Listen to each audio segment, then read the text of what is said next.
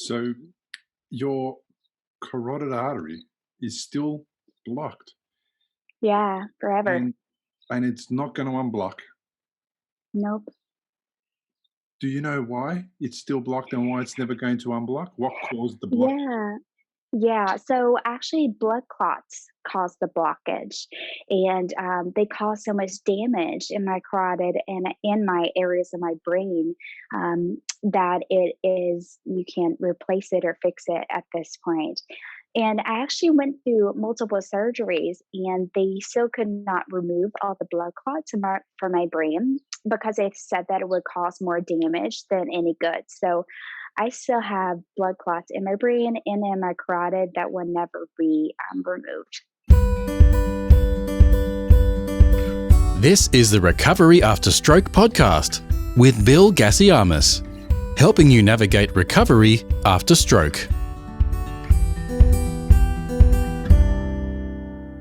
Bill from recoveryafterstroke.com. This is episode 142, and my guest today is Jeri Ward. Jeri experienced an ischemic stroke in 2018 and today is raising awareness about stroke through the Mrs. International pageant, where she competed and won the Mrs. Ohio International crown. Now, if you have enjoyed any of the Recovery After Stroke podcasts, please share your favorite episode on social media, give the show a 5-star review on iTunes, and if you're watching on YouTube, please give the show a thumbs up and subscribe to be notified of the most recent episodes. Your support with this will make it easier for other stroke survivors to find the show and perhaps feel better about the situation they find themselves in. Thanks so much for listening, and now it's on with the show. Jeri Ward, aka Mrs. Ohio International, welcome to the podcast. Thank you so much for having me. I appreciate your time. My pleasure. Thank you for being here. I love the outfit. I love the red. Red seems to be part of your color scheme. It's on your Instagram. It seems to follow you everywhere.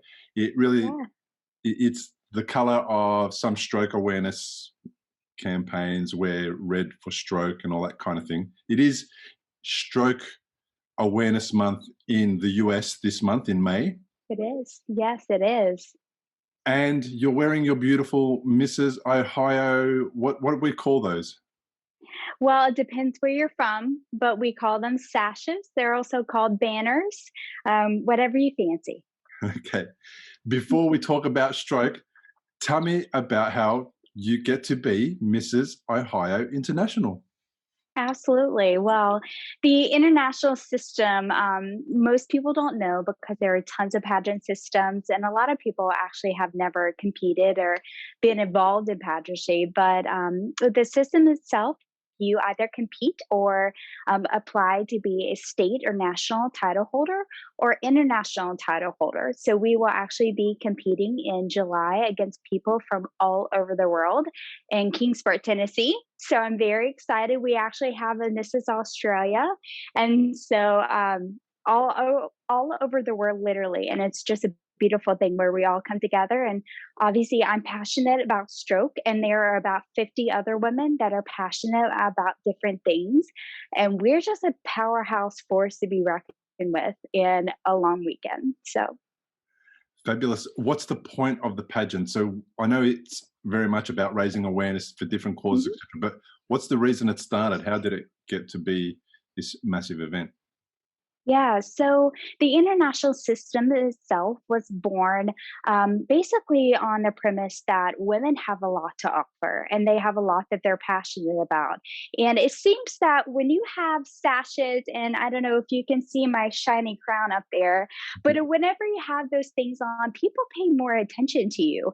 And so that platform really helps you to get out there and be passionate and bring education and awareness to what matters to you.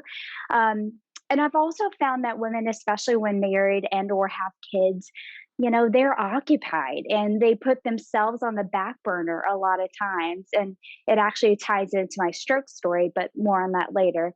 Um, but this is really an opportunity to be your best self, to get yourself in the best shape possible, to represent something that you really believe in. and to celebrate being accomplished and a married woman all in one. Wow. Such sounds like a very simple idea and an amazing cause. Now, you need to go back to that bookshelf of yours and grab that crown. And You want to see my crown? yes. Of course. Hang on, it's just a second. I'll grab it for you. For the people that are listening on one of the podcast channels, you need to jump onto the YouTube channel. I'll have all the links there so you can see this amazing crown. Oh my gosh, it's awesome. This is it. This is it. It's How can you not pay attention to someone with this on their head, right? I know, absolutely. Magic, magic. So people oftentimes think that that pageants is just for showing off yourself, and there is an element of that, of being proud of who Yeah. you are and how hard you've worked. I'm not going to take away from that Yeah. because we work really hard. But truly, the main point of this is to get out and make a difference. And I actually just got to lobby and speak in front of the Senate and the House of Representatives about a stroke transportation law, all thanks to this guy. Wow. So I think it's just so much more. But that's a totally different podcast that Yeah. we could go over a different day. So Yeah, wow. It sounds like it's really important. And you're right, there's different ways to bring awareness to yourselves. Animals in the animal kingdom, if you think about the peacock, has all these beautiful feathers behind it. And its whole purpose is to bring attention to itself. Otherwise, it would just look like a absolutely, boring bird like every other bird. But absolutely. it goes to a lot of trouble to make people notice it. And sometimes that's what we need to do. We can talk and talk and talk, but if there's not something separating us from the crowd, what Yeah. happens is you get to blend into the crowd. So people need to do something different. You look at artists around the world, it's all the weirdos and the different ones and the ones with weird hair and different color that we all Yeah. gravitate to, and we make international success stories because they are the ones that stand out. And it seems like their message is more likely to get through and more likely to infiltrate, all the noise that you hear from the regular crowd, I suppose. And not that Yeah. there's anything wrong with the regular crowd, but Right. this is just a bit of it's a great example of people who are watching and listening who are stroke survivors and do want to share their story. Is you've got to Yeah. be a little bit eccentric. You've got to be a little bit out there. And maybe there isn't an official pageant that you can be a part of in your part of the world, but make yourself a crown and a sash and call yourself whatever you want. Absolutely. There's no shame in calling it as you need it and becoming whatever you need to be. And I think that's the biggest part, I think, as survivors, especially, is that if we want to make real change as a survivor, we just have to get out there. It doesn't matter what kind of survivor you are. Maybe you're not even a stroke survivor. There's no one more important than anyone else. And this doesn't make me any more important than any other survivor in the entire world. But what it does allow me to do is get out there and have my voice heard. So I think it's just about being shamelessly yourself and kind of relentless in your nature to get stuff done. So. Okay, I'm gonna ask you about the stroke now, and then we're gonna loop back because I want to understand how all this connects. But first, what happened to you? Oh, that's a long story. I'll try to make it as brief as possible. But so on October 25th, 2018, I was a social worker and pretty avid volunteer in my community of Ohio. And during that time, we're all face stress, and I was pretty stressed with my social work career and all the activities that I was participating in. And because of that, I had a headache for about 4 days, and it got to the point where on the fourth day that I just had to go home from work early, and I was struggling really badly. I mean, it was just a pounding headache. I even had some neck pain involved as well, nausea.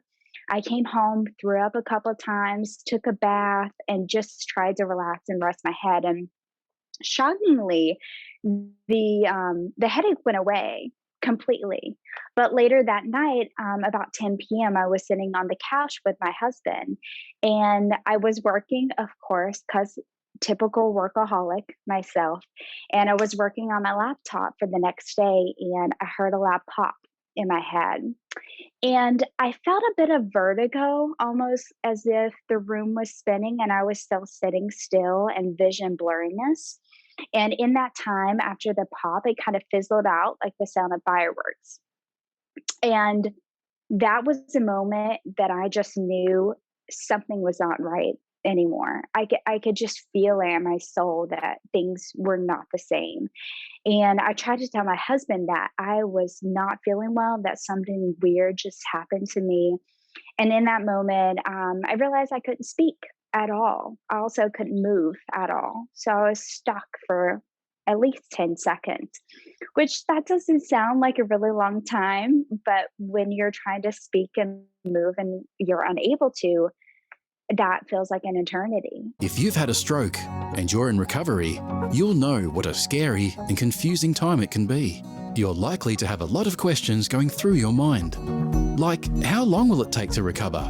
Will I actually recover? What things should I avoid in case I make matters worse? Doctors will explain things, but obviously you've never had a stroke before. You probably don't know what questions to ask. If this is you, you may be missing out on doing things that could help speed up your recovery. If you're finding yourself in that situation, stop worrying and head to recoveryafterstroke.com, where you can download a guide that will help you. It's called 7 Questions to Ask Your Doctor About Your Stroke. These 7 questions are the ones Bill wished he'd asked when he was recovering from a stroke. They'll not only help you better understand your condition, they'll help you take a more active role in your recovery.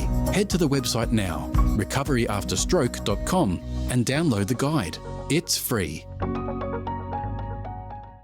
And so I was finally able to say some stuff that after about 10 seconds, and my words were coming out all jumbled up. And I was saying things that did not mean to say at all. I was trying to say, I need help. I need to go to a hospital. Like, we need to get medical care. But it was coming out car, house, dog, cat, and just from nowhere. And I was sitting there, and honestly, I was kind of giggling at myself, like, what in the world is going on? I gotta say, at 30 years old, there was no part of me that suspected a stroke, because that only happens to old people, right? That never happens to someone 30 years old. Um, but I was finally able to say hospital. My husband took me to the hospital at that point in time, and it was pretty terrifying. The Now that you know the pop noise, what was it? What popped? Yeah. So, what, to my understanding, with my lack of medical degree, what actually made that popping sound was my the blockage in one of my arteries. So my carotid artery, which is the main source of blood to the head through the neck. Little anatomy lesson for anyone who doesn't know: you have 2 carotid arteries in your neck and vertebral supplemental arteries that run through the back of your neck into your head. Your carotid arteries are actually the main source of blood to your brain. Obviously, blood is very important to the brain for functioning and perfusion. But at that point, it was completely occluded. And so that means that it was completely stopped up.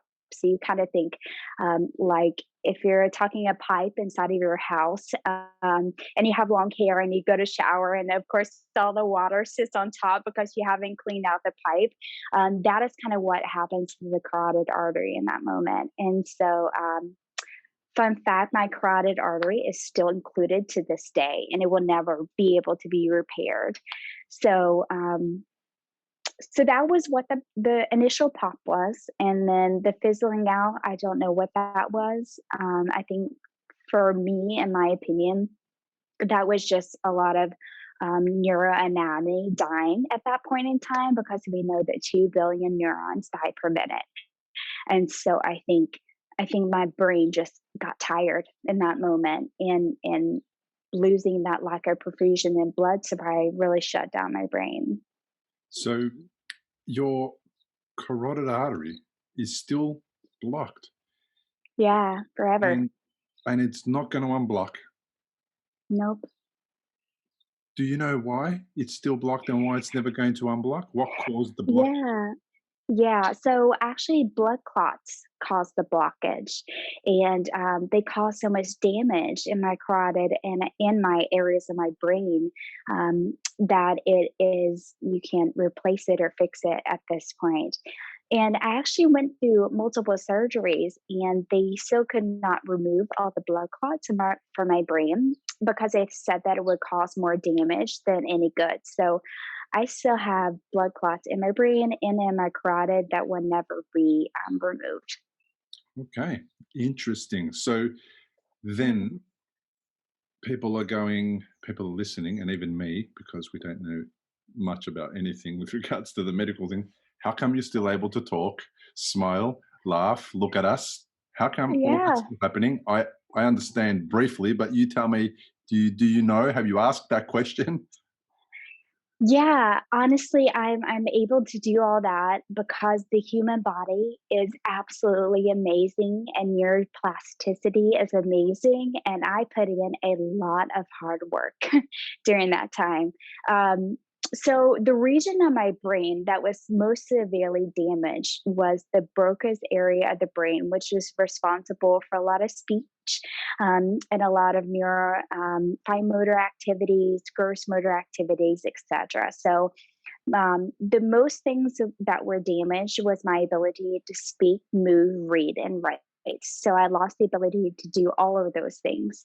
Um, Luckily, I think we've found through medical that that stroke survivors, the younger they are, the better off their odds are, because you have something called neuroplasticity, which is the brain's ability to kind of recuperate and rebuild neurons after they die. The older you get, the more difficult that becomes. And so I'm very thankful for my age. I'm very thankful for how healthy I was when I had my stroke. My doctors told me multiple times that I would not have made the recovery that I made had I not been in as good a shape as I was going into the stroke. So I think that's a testament to keeping healthy because you never know what life is going to throw at you, and just do the best that you can. How long were you away from home? A month, a month. So, so I was released from the hospital, and after I was released, I did intensive speech, occupational, and physical therapy, um, for an outpatient. So I did that. I couldn't work, obviously. I didn't even know what letters were, numbers were anymore. I couldn't read or write at all. So work kind of went out the window. Then I did that from home for, guess it was about 6 months or so. And so I guess it depends on my recovery is always recovering. I don't think you ever stop recovering, thank God. But my main sense of recovery was about a year and a half long. Yeah. In that time, how does your husband manage all of that? How does he cope? Because it's traumatic and it's very scary. And Yeah. here's my wife in hospital. She almost passed Hmm. away. And is there children? No, no Okay, children. no children, but still, this whole situation. How does Yeah. how does your husband deal with all of this? What is his main focus? I think keeping me alive and sane is his main focus. And that may just be a regular basis, pre and post stroke as well. I don't think that was just stroke induced. Um, but truly, he he married who was this 30-year-old woman, and then he got this toddler again, right? Because I couldn't move without him. I couldn't read or write. I couldn't talk at all. So I couldn't even comprehend phone calls or make phone calls or doctor's appointments or anything. I remember he had to bathe me during that time as well. drive me everywhere. So, people often say that must have been so hard for you. And for me, I'm just like, my poor husband. Like, he was the one that really had the difficult part because I was cognizant, but he was more self aware of everything and the intensity and severity of the situation. I think more so than I even was. Was he involved in bathing you while you were in hospital, or was that done by the nursing staff? So I had a tremendous nursing staff, and they actually took care of all that. But he was responsible for helping to set up all the doctor's appointments, to set up all the rehab appointments, to make sure that everything was paid for because we had over like 20 some $1,000 in medical bills during that time. He was also responsible for like sorting me leaving my job because obviously I was not able to do that myself.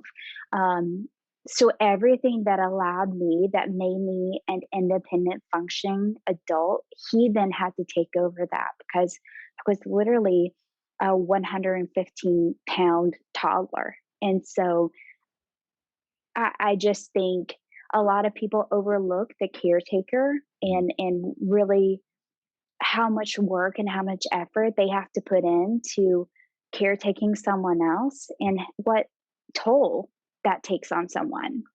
Was that something that you were aware of at the time when you're at your worst, when you're quite unwell? Are you aware of him, Mhm. or is there no opportunity for you to be Yeah. aware of him? Yeah. The thing is that I was completely cognizant the entire time. The entire time. I was awake during all my surgeries. I was awake when they were in my brain and I could see the screen when they were in my brain on in front of me. I could see them moving everything. And I had an incredible medical staff that would talk to me the entire time, make sure that I was okay.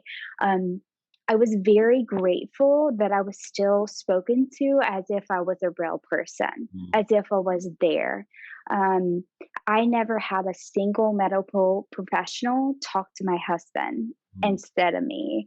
And so I think things like that just mean a lot because when you're not able to do anything but move your eyes, that sense of people realizing that you're still a real person and that you still matter despite the fact that you can't respond. I think that kind of care is crucial. It just kind of validates you as a human being. I left when I was unwell at the very beginning. The first week I was at a hospital near home where the doctors were talking about me at the end of my bed, and they weren't Mm, including me in the conversation. And I imagine they had some things to talk about that didn't need to include me. That was fine. But yeah, there was a lot of the conversation was amongst themselves. And when I yeah, had questions to ask, there wasn't enough answers. And even if the answer was, we don't know, we don't have an answer for that, there wasn't even that. So I got really annoyed at that hospital and I discharged myself from that hospital and we went to another hospital, took hmm, all the medical records with me and found somebody who was going to talk to me and include me in the decision making and in the conversation. And yeah, that was a game changer because then even though in a situation where I had little control of the situation, I felt like I got some control back and I was right. able to feel good about the decision making process about my own health and well-being going forward. So I relate to what you're saying, and a lot of doctors perhaps overlook the patient, especially when the patient Mm, can't speak or when the patient has lost their ability to communicate properly.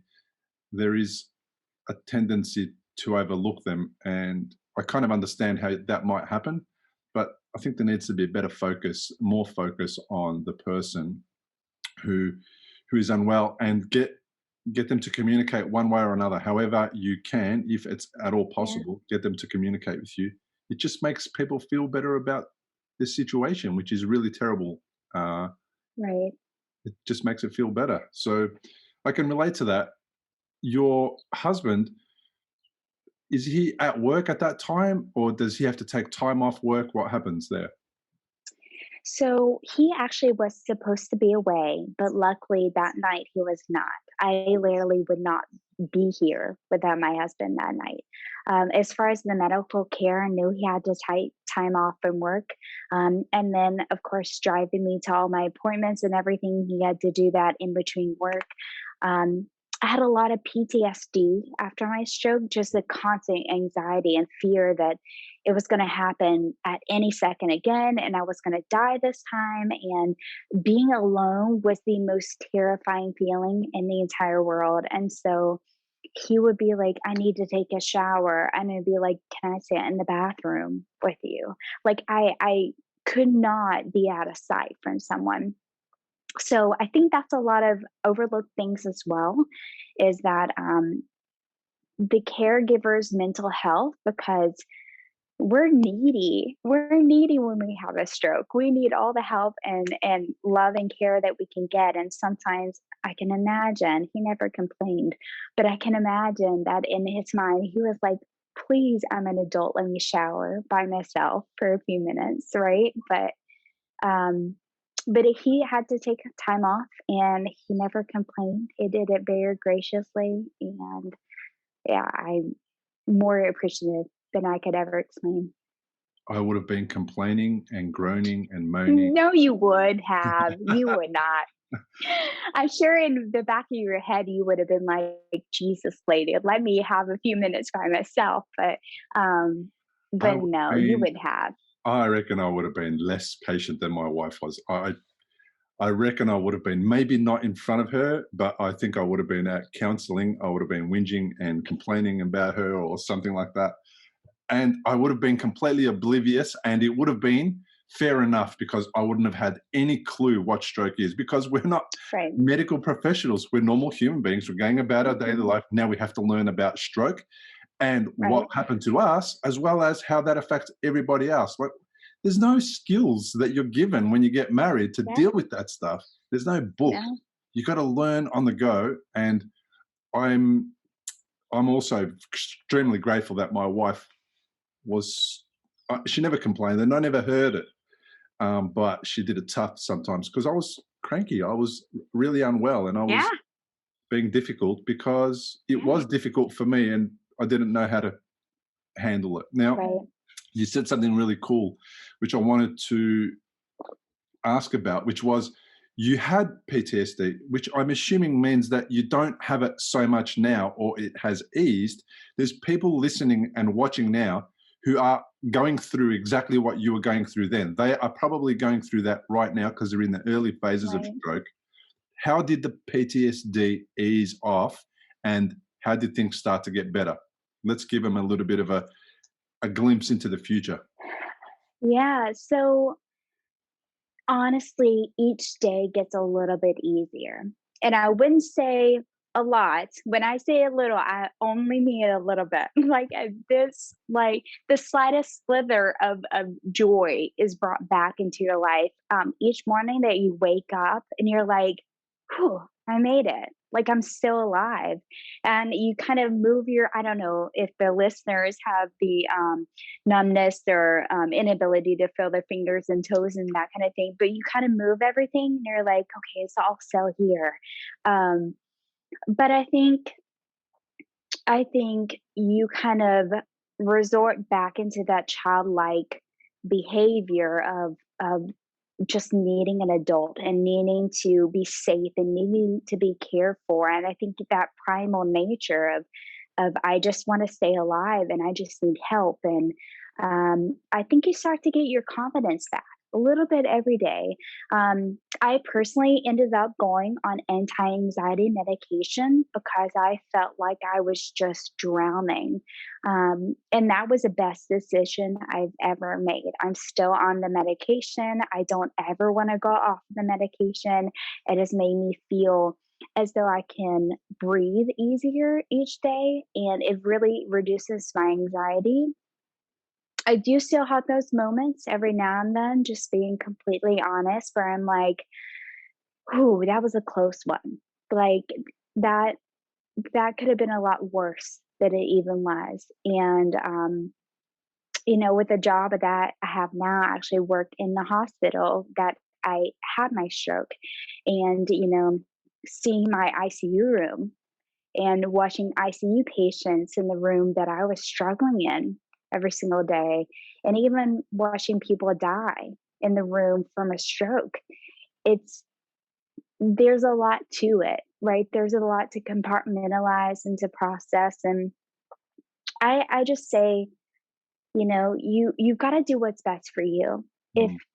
medication is best for you, that's okay. If therapy is best for you, then that is okay. If crying once a day makes you feel better because you release your emotions, then that is okay too.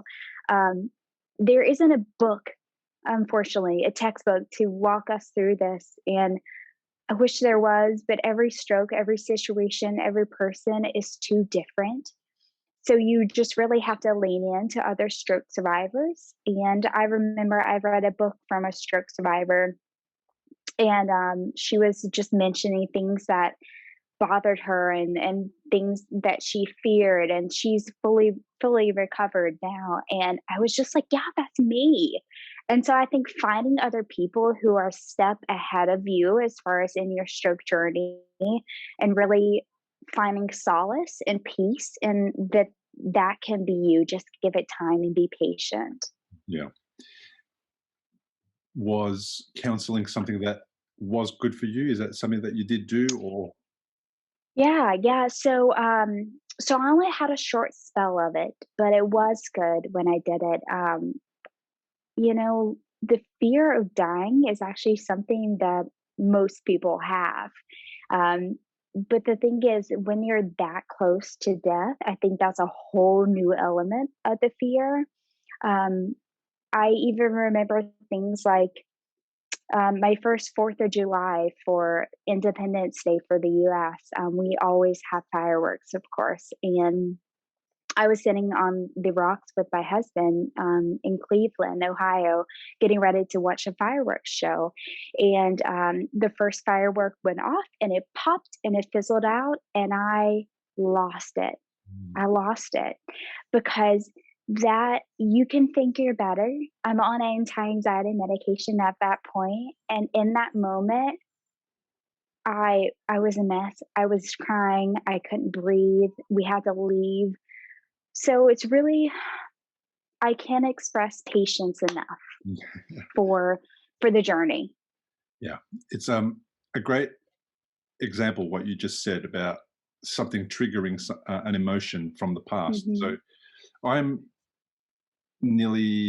I'm approaching nearly 9.5 years since the first incident, Hmm. and I was at a party with one of my best friends who's a female, and she invited all her best friends, and the majority of them are female, except for me. And there was, I think, 10 or 11 or 12 of us girls, and we were really enjoying this party. But the female energy enabled me to talk about stuff that I don't normally Yeah. talk about around men. And that Right. had me in tears the majority of the party, good tears, and really lovely tears. But Yeah. just one particular lady brought out some stuff in me that I didn't know was there, and it was not appropriate because it was at a party, but it was really appropriate because it was around the right kind of people. And I just left a little bit shocked that there was so much in there still Mhm. after 9 years. And of course, all the people there were all lovely and supportive, so it wasn't an issue, and I could cry Yeah. openly. I didn't have to hide it or anything. But Right. Right. but what I feel like was every time that happens, it helps me to put my experience further back into the past. So For sure. I'm not reliving every moment. Yes, an incident will occur where I'm talking about the first time I experienced the bleed in the brain, and then the second time. And usually it's when I'm in a public forum and I'm trying to Mhm. give a real honest description of what happened to me.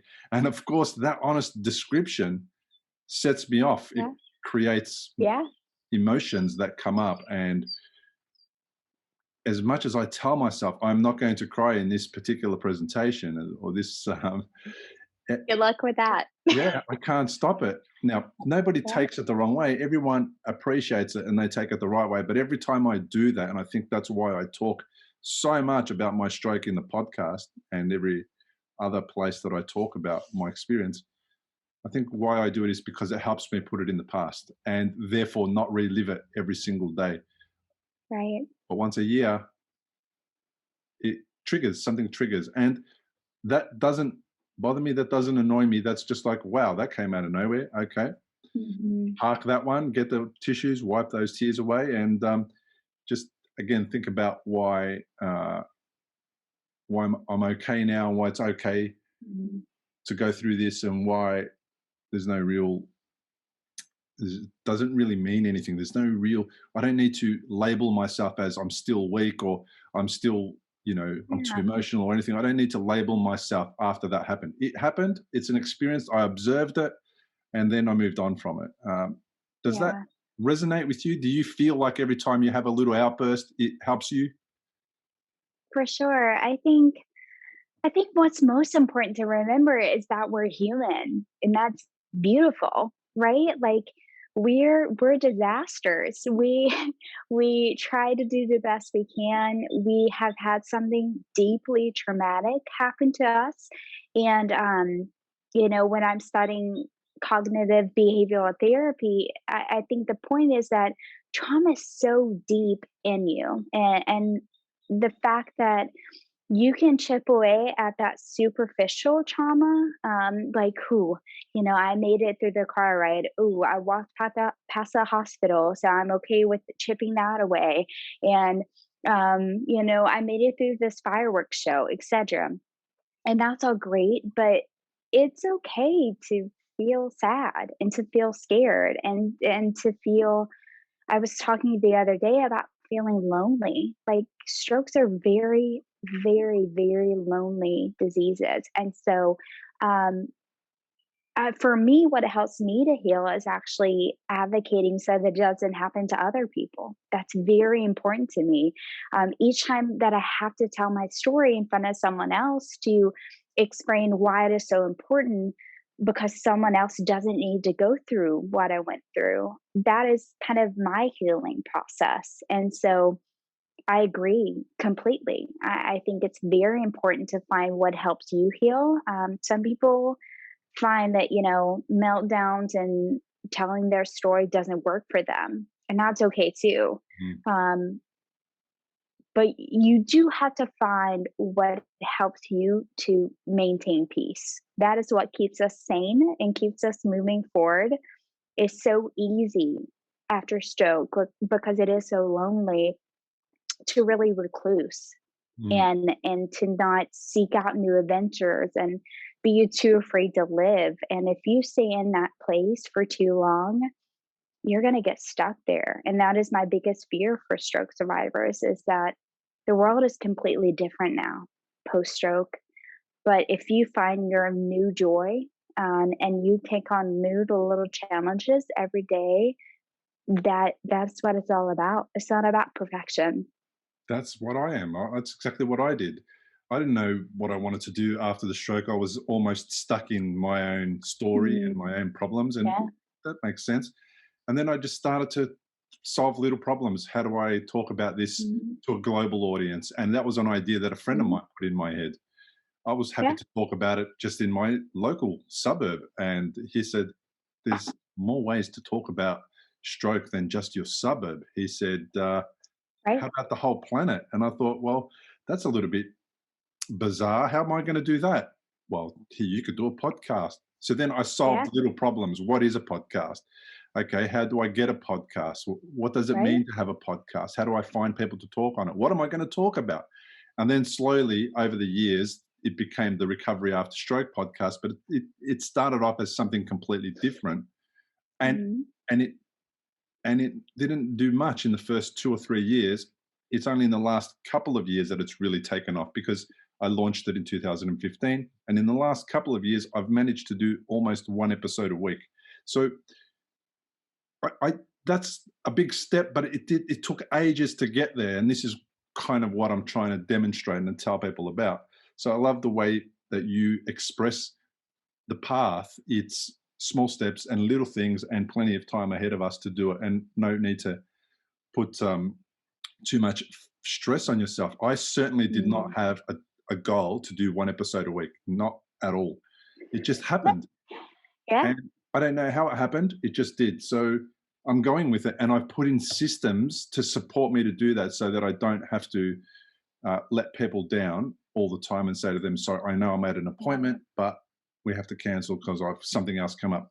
If I've got an appointment now for a stroke podcast, nothing else comes up. Very rare do I cancel one. And that wasn't possible at the beginning because I had too many doctor's appointments. I had too much downtime because of fatigue. Yeah. I had too much upset time because of emotional stress and trauma.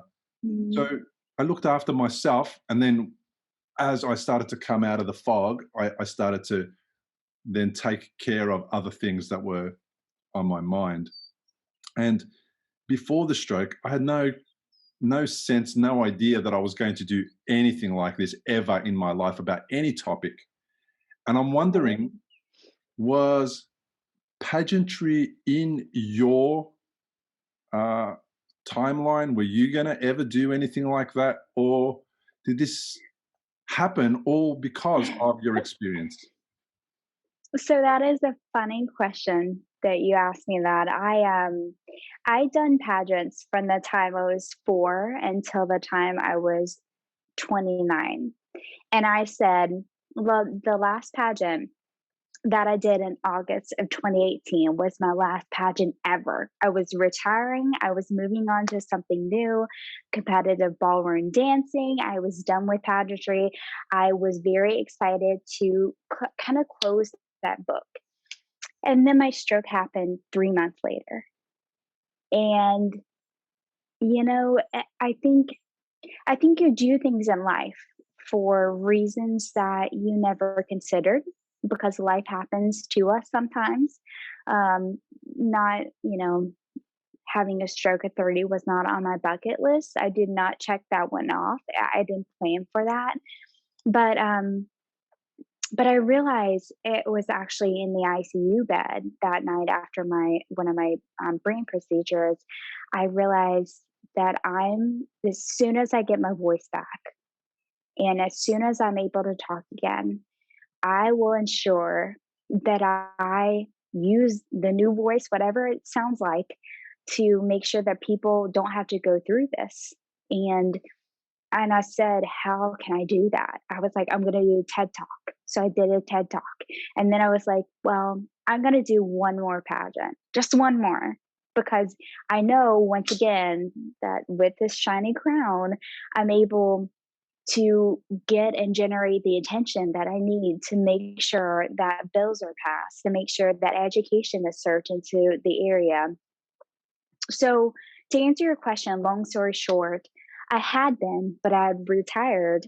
And then 3 months later, life was like, you're not retiring yet. You got one more to go. And so here I am going to Mrs. International in July and with the hopes of saving the world. Is that cheesy? Because it's real.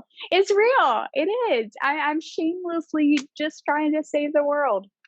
And the dolphins So and the unicorns and listen, I don't know if they have strokes, but if they do, then yes, them too. believe So it or not, absolutely, animals do have strokes. And I almost got in touch with a lady whose cat had a stroke, and I was going to interview her for the podcast, but I couldn't. We couldn't make it happen anyhow. So she had a beautiful post of her cat, and the hashtag was stroke survivor. This poor little thing. And I just so wanted oh to my gosh. interview this lady because animals have strokes. So yeah, interesting. I love that you want to save the world. Why not? If you're going to save something, you may as well save the world. I mean, everything else. I mean, we're only here for a short time, right? Like you have to it it's so hard to explain a lot of times, but I feel like pre-Jerry stroke and post-Jerry stroke are two very different Jerrys. Mm, Um, I've always been a humanist. I've always been a giver of making people's lives easier, but I never really found my purpose. Mm. I honestly just felt like I was always just trying to find like what was important to me. I felt like I had a missed opportunity somewhere, and I was doing great work. You know, had a wonderful husband, had a wonderful job, etc. But there was still just something missing. And I'm telling you, my stroke was hands down the best thing that has ever happened to me Oh, because I am 110% now the person that I want to be. 110%. okay. I can completely relate to that. I say that all the time.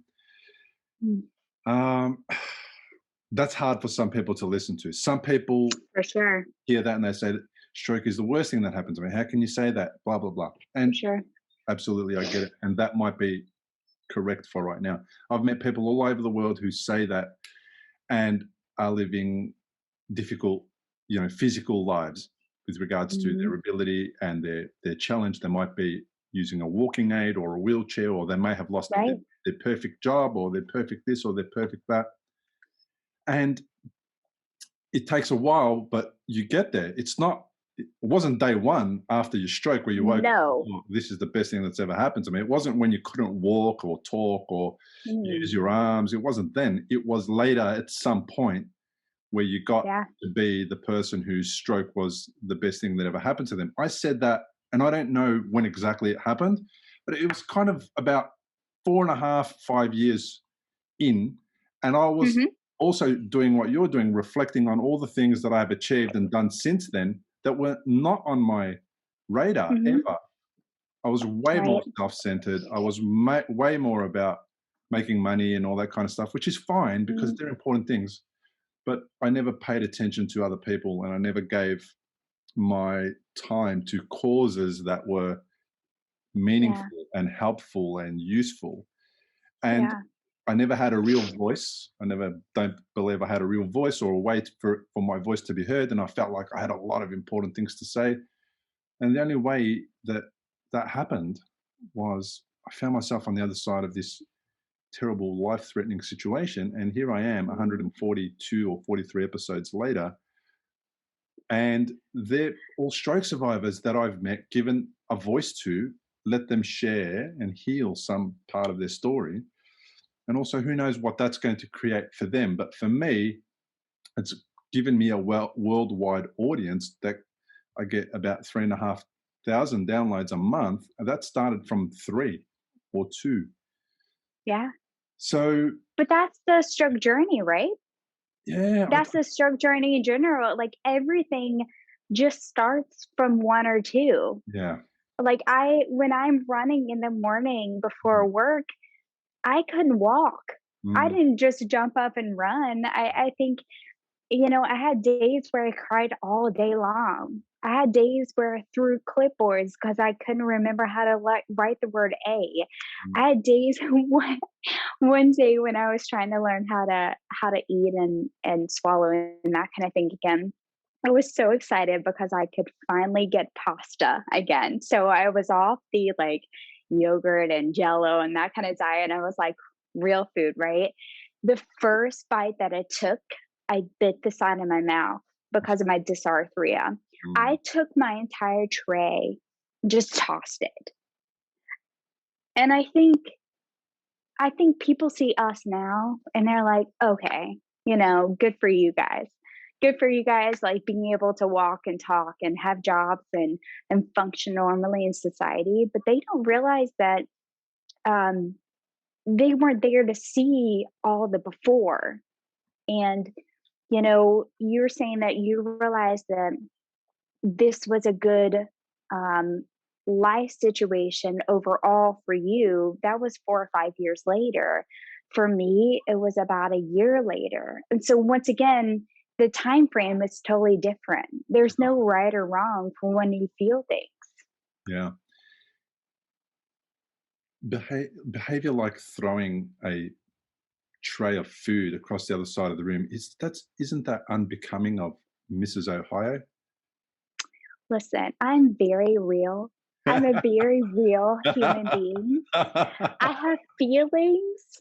I I think that that is what makes me a really strong title holder, is that I do not pretend to be perfect.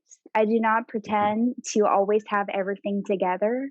Um, and especially when I want my food and I want my pasta, still to this day, if I bite the side of my mouth, you're likely to see some food thrown. So, um, we're all just, once again, we're all just human. And it's the patience with yourself. I can't reiterate that enough, Yeah. because you're going to have days when, what was super simple to you before, like holding a fork, is impossible. And learning how to retie your shoes, impossible.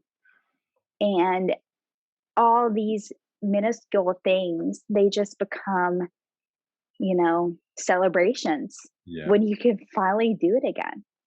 I'm teasing you, obviously, but I say it. It's an important reason why I say it, and I say it because we have to be able to give ourselves a break. Also, allow ourselves to be silly and do the wrong thing and misbehave. Just once you've done it, apologize after, and try not to do it in the future. But be okay the fact that you did it and you lost your cool Yeah. and you just lashed out. I lashed out heaps of times, and everyone copped the brunt of that, but they copped all the apologies later as well. A lot of Mhm. apologies, and Mhm. that's the only way you get through it. You have to get through it by being a little bit terrible sometimes, and rude, and Yeah. angry, and frustrated, and annoyed. And then when you get time to calm down, just reflect on your behavior. And if it wasn't appropriate, just apologize profusely for it.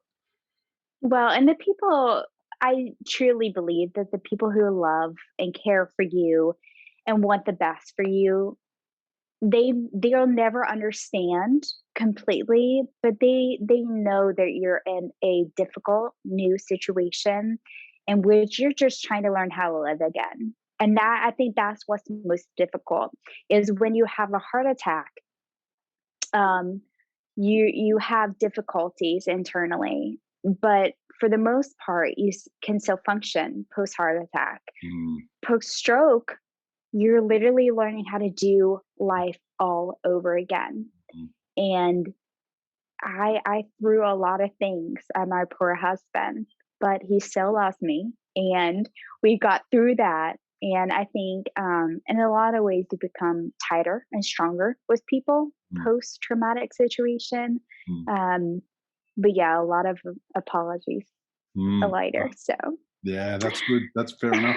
What about at the beginning? We spoke briefly about the fact that you you're raising awareness. You're doing some work create um, to create some awareness in government departments and in mhm. government, and you were involved in speaking to a senator or a senate, or what was that Yeah. about? Tell me a little bit about that.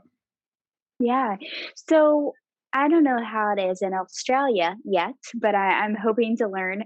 When emergency services come to get you at your home or wherever you are, and you realize that you have a stroke, we have different levels of care at the hospitals. Certain levels of care do not have the highest level. And so if you have a severe stroke, you're actually not going to receive the help that you need at hospitals that are not a level 1 hospital. And so I am working and testifying on bills to become law to make sure to educate medical professionals, doctors, and the general public on what level 1 hospitals are and what those protocols are to help to save lives. Fabulous. Yeah, yeah, it's. I never thought that I would be testifying, and but once again, it's one of those stroke things. You never realize what you are meant to do until life happens to you, and you have to learn how to manage that. And so now I'm changing laws. Well, who would have thought that you could have a stroke and then change laws? Yeah, I think life works in miraculous ways sometimes. ways that you never asked for and ways that you never expected. But I think I would like to think that my journey and my situation is a testament to that. You have to work with what life gives to you, and you have to make the best of the situation that you're given. And just because we're broken doesn't necessarily mean that we can't still survive and make life work. Oh goodness. Sorry, that was a cat. But Perfect. but I think it's really important. Do you want to redo that? No, not at all. That's beautiful. I love it. Oh, okay. Okay. We'll let the cat crash the party. There's no problem with that at all. Who is that cat? This is Beautiful. Snickers. Who is it? This is Snickers. Snickers. She's my baby. She's 1 and 2. She's the world's worst cat, but I love her anyway. I think we all have family members or friends that are the worst, but we love them anyway. She's my one. So yeah. So that's beautiful. So what I was going to say about that journey that you went on is it's not about thinking about the journey, it's just about starting it and then not knowing where it's going to end up and letting it evolve, because this is my journey. Like everything that's happened has just evolved. I've never planned once. Sure, some people said maybe you can offer this or do that, and that may be something that I involve or create or use or access or whatever. But initially, it just started, and then whatever comes from it comes from it. And this is how stroke recovery really is. It's just about putting in a little bit of focus towards doing something that you love. And if you're doing what you love, amazing other things will come from it. And 5 years from now, you'll look back and you won't understand exactly how that happened, but you'll be so grateful that it happened. And I think that's the story of a lot of stroke survivors. And I see a similarity in the pageant situation is that you start out competing to become a Mrs. Ohio, for example, and other amazing things come from it that you didn't plan or expect. And that's not why you started. You just started to compete and to meet new people and to have new experiences and to learn from these other people. Yeah. Yeah. I think, I'm a control freak, always have been. But I do have to say that my stroke really allowed me to loosen up a little bit and to let me live a little bit. And some of the best things that have happened to me have come from plans that I never made or never intended to. I mean, I'm talking to someone in Australia right now that I maybe never would have met. Yes. And, I hope to meet you in person one day because I think there are strength in numbers. I think it's important to live a little and let life happen and realize that I truly believe that everything happens for a reason. I don't always understand that reason a lot of times, but the fruition, there were moments in time where I was like, what did I do wrong to deserve a stroke? Like I'm just replaying my life and understanding like what could I possibly have done. But this is what I did. This is why. Yeah. And I'm proud of that fact. It took me a while to get here, but I'm proud of that fact. Yeah. The only thing you did was you were born. That's the only reason you had. Yeah. You waited 30 years and then you had a stroke. That's the only thing you did. You're born. That's no one else plans. That's just part of life. It's part of our process, and we are oblivious to really those things until it happens to us. And unfortunately, at 30, it's too early for somebody to have a stroke. Any age is too early, but at 30, it's really early. But at least it allows you to have a lot of time ahead of you, realigning your life and reconfiguring it so that it's a better version of life for you. And maybe this is the message that you needed. I don't know. This is me talking about myself as well. It's kind of what it was, and I'm taking it as an opportunity to grow and evolve. And I think once you get beyond the initial trauma and all the really, really hard days, there are better days to come. And that's really what we're trying to do, is create awareness and let people know that we are a number of years ahead of you perhaps, and this is how we are talking about stroke now, and we weren't talking about it like that early on. Absolutely not. This Absolutely is not. your time is going to come. There'll be some time in the future where things are going to feel better, look better, sound better, be better. Just, you'll get there. It'll be a matter Be patient. Yeah. Well, what can I say? This has been a really lovely opportunity to meet with you, Jeri. I really appreciate your time. As we come into the end, and just before we wrap up, can you tell me a little bit about the Lemonade Project? Because that seems like it's a little other side of you, but it's also part of a lot of what you do. Tell me a little bit about what the Lemonade Project is about. Yeah. So the main reason for my stroke was due to stress. And I think we can all relate to having stressors in our life that are very inevitable. And unfortunately, like we've all come to realize, you cannot change life a lot of times, but you can change how you respond to what's given to you. So the point of the Lemonade Project is to take life's stressful lemons and make lemonade. And what I do through that project is I actually teach free coping skills classes, stress release classes, and help people to understand what healthy living is.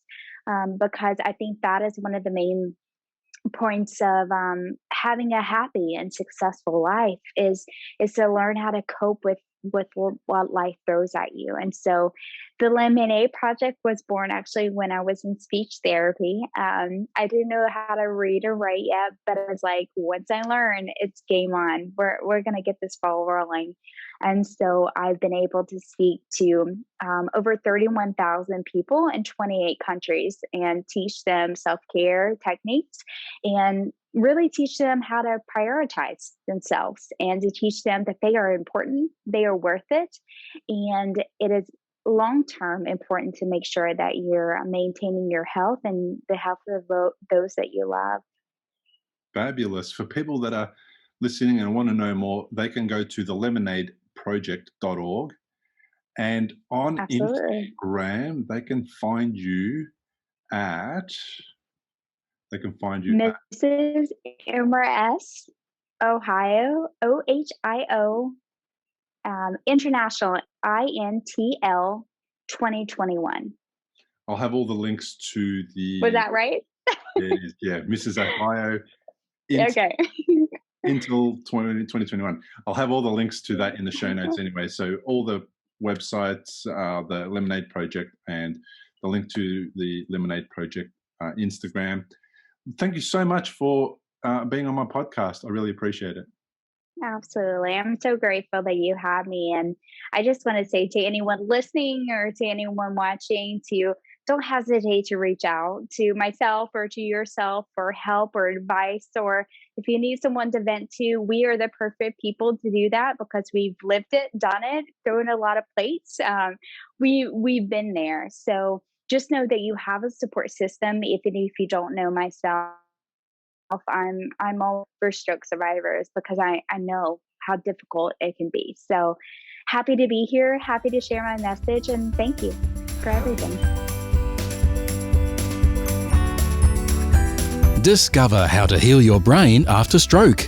Go to recoveryafterstroke.com. It's designed to give you an insight and understanding into the experiences of other individuals. Opinions and treatment protocols discussed during any podcast are the individual's own experience, and we do not necessarily share the same opinion, nor do we recommend any treatment protocol discussed. All content on this website and any linked blog, podcast, or video material controlled this website or content is created and produced for informational purposes only and is largely based on the personal experience of Bill Gassiamis. The content is intended to complement your medical treatment and support healing. It is not intended to be a substitute for professional medical advice and should not be relied on as health advice. The information is general and may not be suitable for your personal injuries, circumstances, or health objectives. Do not use our content as a standalone resource to diagnose, treat, cure, or prevent any disease for therapeutic purposes or as a substitute for the advice of a health professional. Never delay seeking advice or disregard the advice of a medical professional, your doctor, or your rehabilitation program based on our content. If you have any questions or concerns about your health or medical condition, please seek guidance from a doctor or other medical professional. If you are experiencing a health emergency or think you might be, call 000 if in Australia, or your local emergency number immediately for emergency assistance, or go to the nearest hospital emergency department. Medical information changes constantly. While we aim to provide current, quality information in our content, we do not provide any guarantees and assume no legal liability or responsibility for the accuracy, currency, or completeness of the content. If you choose to rely on any information within our content, you do so solely at your own risk. We are careful with links we provide. However, third-party links from our website are followed at your own risk, and we are not responsible for any information you find there.